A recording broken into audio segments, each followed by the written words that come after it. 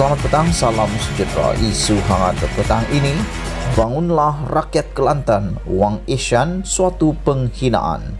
Berita sepenuhnya.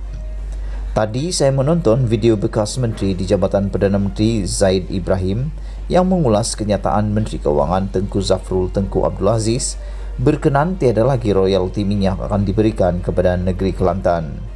Sebaliknya, kata Tengku Zafrul, royalti itu kini ditukar kepada pemberian wang ihsan berikutan medan pengeluaran minyak yang beroperasi adalah di luar perairan Kelantan.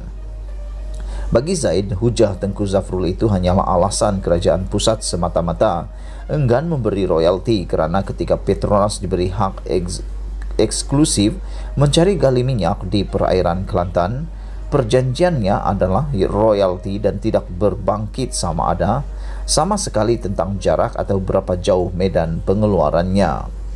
Beliau seterusnya membangkitkan tentang jarak perairan yang berbeza yang dijadikan ukuran, yaitu 12 batu nautika bagi Kelantan, tetapi hanya 3 batu nautika untuk Sabah dan Sarawak.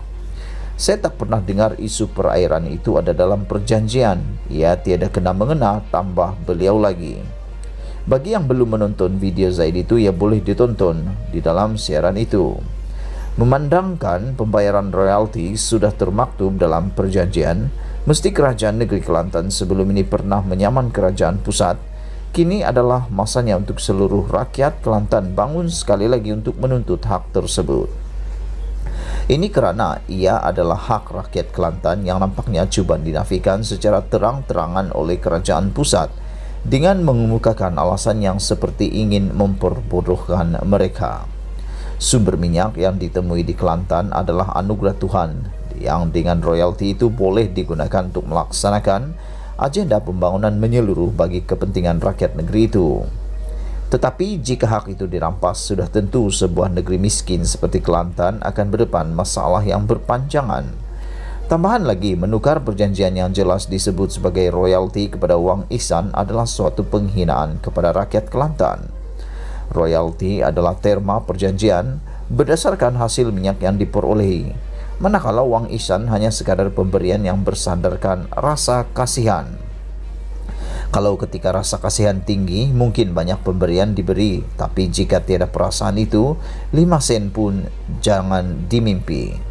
Apakah rakyat Kelantan sanggup diperlakukan sebegitu oleh sebuah kerajaan berkonsepkan keluarga Malaysia kononnya?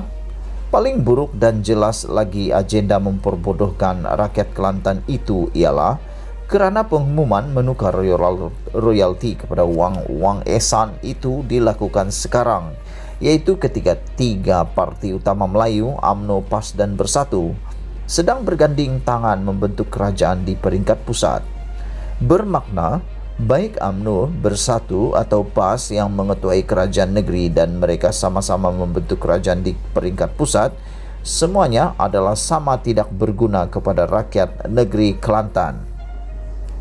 Kenapa tiada seorang pun menteri daripada ketiga-tiga parti itu bangun bersuara atau membantah pengumuman Tengku Zafrul itu demi kepentingan rakyat dan pengundi mereka sendiri?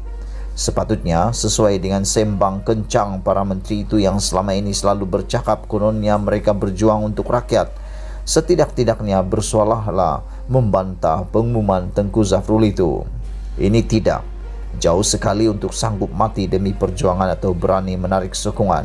Bersuara dan membantah pun suara mereka langsung tidak kedengaran.